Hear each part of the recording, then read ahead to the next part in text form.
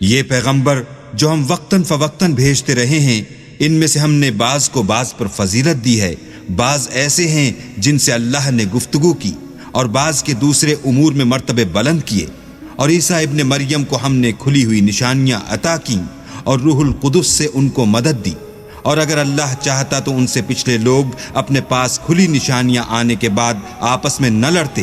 لیکن انہوں نے اختلاف کیا تو ان میں سے بعض تو ایمان لے آئے اور بعض کافر ہی رہے، اور اگر اللہ چاہتا تو یہ لوگ باہم جنگ و قتال نہ کرتے، لیکن اللہ جو چاہتا ہے کرتا ہے۔ اے ایمان والو، جو مال ہم نے تم کو دیا ہے اس میں سے اس دن کے آنے سے پہلے پہلے خرچ کر لو جس میں نہ اعمال کا سودا ہو اور نہ دوستی اور سفارش ہو سکے، اور کفر کرنے والے لوگ ظالم ہیں۔ خدا وہ معبود برحق ہے کہ اس کے سوا کوئی عبادت کے لائق نہیں، زندہ ہمیشہ رہنے والا، اسے نہ اونگ آتی ہے نہ نیند، جو کچھ آسمانوں میں اور جو کچھ زمین میں ہے سب اسی کا ہے۔ کون ہے کہ اس کی اجازت کے بغیر اس سے کسی کی سفارش کر سکے؟ جو کچھ لوگوں کے روبرو ہو رہا ہے اور جو کچھ ان کے پیچھے ہو چکا ہے اسے سب معلوم ہے، اور وہ اس کی معلومات میں سے کسی چیز پر دسترس حاصل نہیں کر سکتے۔ ہاں، جس قدر وہ چاہتا ہے اسی قدر معلوم کرا دیتا ہے۔ اس کی بادشاہی اور علم آسمان اور زمین سب پر حاوی ہے، اور اسے ان کی حفاظت کچھ بھی دشوار نہیں۔ وہ بڑا عالی رتبہ اور جلیل القدر ہے۔ دین اسلام میں زبردستی نہیں ہے، ہدایت صاف طور پر ظاہر اور گمراہی سے الگ ہو چکی ہے۔ تو جو شخص بتوں سے اعتقاد نہ رکھے اور اللہ پر ایمان لائے، اس نے ایسی مضبوط رسی ہاتھ میں پکڑ لی جو کبھی ٹوٹنے والی نہیں، اور اللہ سب کچھ سنتا اور سب کچھ جانتا ہے۔ جو لوگ ایمان لائے ہیں ان کا دوست اللہ ہے کہ اندھیرے سے نکال کر روشنی میں لے جاتا ہے، اور جو کافر ہیں ان کے دوست شیطان ہیں کہ ان کو روشنی سے نکال کر اندھیرے میں لے جاتے ہیں۔ یہی لوگ اہل دوزخ ہیں کہ اس میں ہمیشہ رہیں گے۔ بھلا تم نے اس شخص کو نہیں دیکھا جو اس غرور کے سبب سے کہ اللہ نے اس کو سلطنت بخشی تھی، ابراہیم سے پروردگار کے بارے میں جھگڑنے لگا؟ جب ابراہیم نے کہا میرا پروردگار تو وہ ہے جو جلاتا ہے اور مارتا ہے، وہ بولا کہ جلا اور مار تو میں بھی سکتا ہوں۔ ابراہیم نے کہا کہ اللہ تو سورج کو مشرق سے نکالتا ہے، آپ اسے مغرب سے نکال دیجئے۔ یہ سن کر کافر حیران رہ گیا، اور اللہ بے انصافوں کو ہدایت نہیں دیا کرتا۔ یا اسی طرح اس شخص کو نہیں دیکھا جسے ایک گاؤں میں جو اپنی چھتوں پر گرا پڑا تھا اتفاق گزر ہوا تو اس نے کہا کہ اللہ اس کے باشندوں کو مرنے کے بعد کیوں کر زندہ کرے گا؟ تو اللہ نے اس کی روح قبض کر لی اور 100 برس تک اس کو مردہ رکھا، پھر اس کو جلا اٹھایا اور پوچھا تم کتنا عرصے مرے رہے ہو؟ اس نے جواب دیا کہ 1 دن یا اس سے بھی کم۔ اللہ نے فرمایا نہیں بلکہ 100 برس مرے رہے ہو،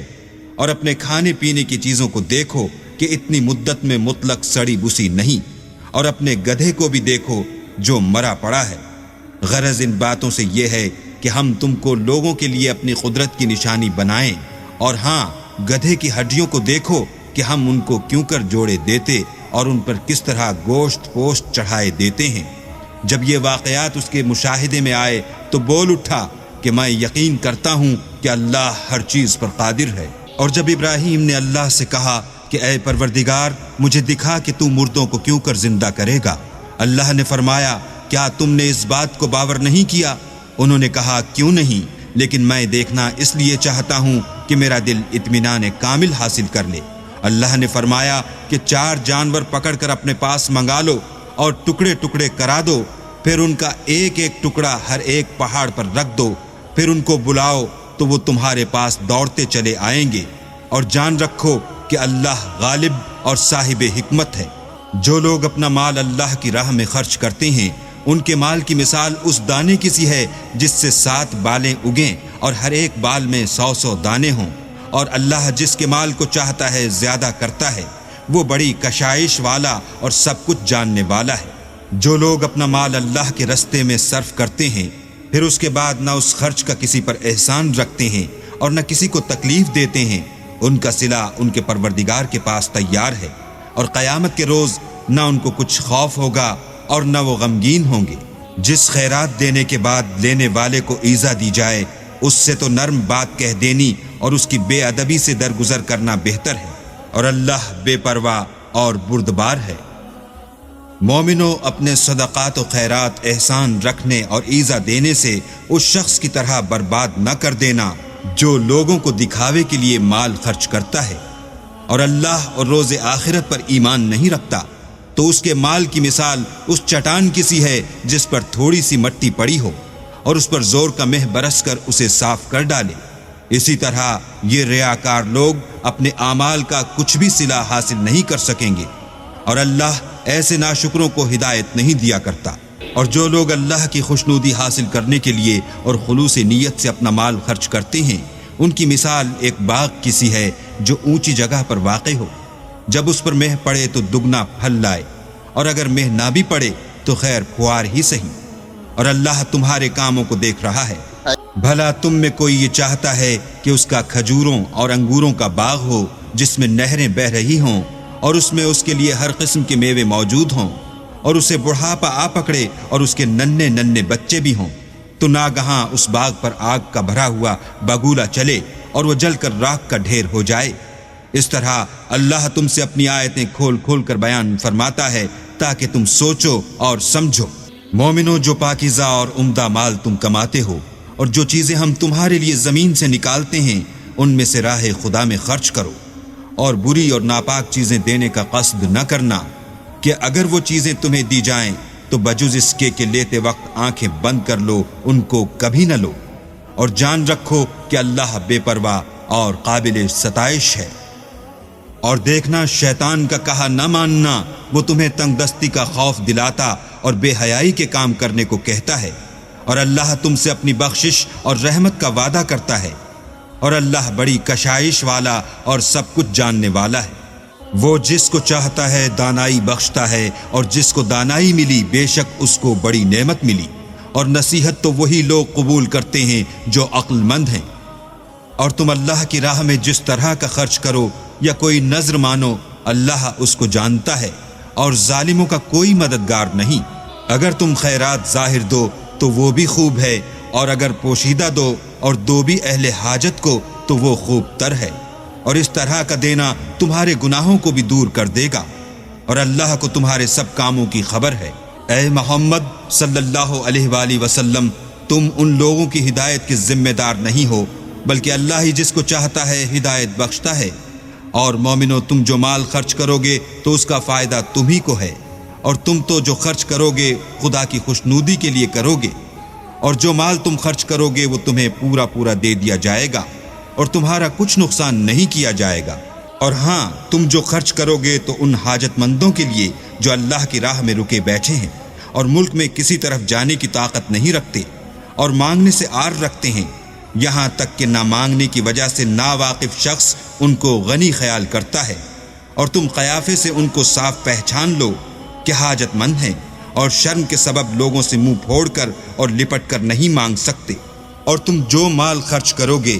کچھ شک نہیں کہ اللہ اس کو جانتا ہے۔ جو لوگ اپنا مال رات اور دن اور پوشیدہ اور ظاہر راہ خدا میں خرچ کرتے رہتے ہیں، ان کا صلہ پروردگار کے پاس ہے، اور ان کو قیامت کے دن نہ کسی طرح کا خوف ہوگا اور نہ غم۔ جو لوگ سود کھاتے ہیں وہ قبروں سے اس طرح حواس باختہ اٹھیں گے جیسے کسی کو جن نے لپٹ کر دیوانہ بنا دیا ہو۔